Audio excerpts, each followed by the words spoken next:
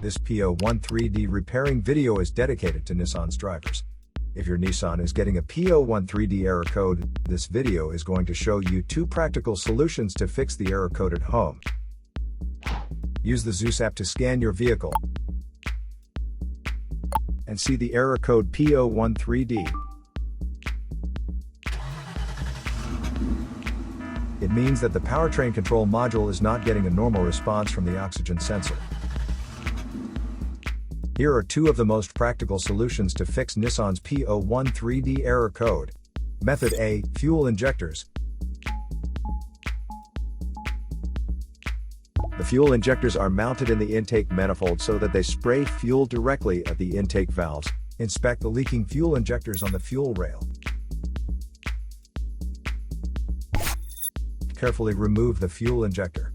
Make sure the new injector has new seals, and never use the old seals over. When you change the fuel injectors, change them all as a set, otherwise the engine will run unevenly. In order to prevent leaking, get some gasoline, put it in a cup, and then dip the new fuel injector into it, so the seals may get wet with gasoline, and it will go in and won't leak. After all, just slide all the new fuel injectors in.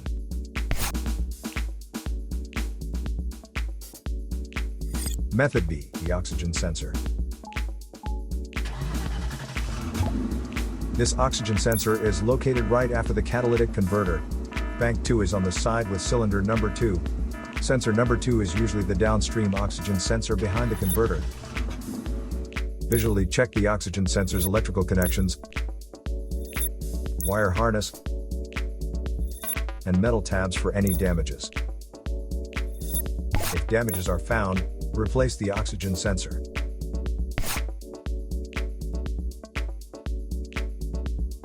So here are 2 of the most practical solutions to fix Nissan's P013D error code.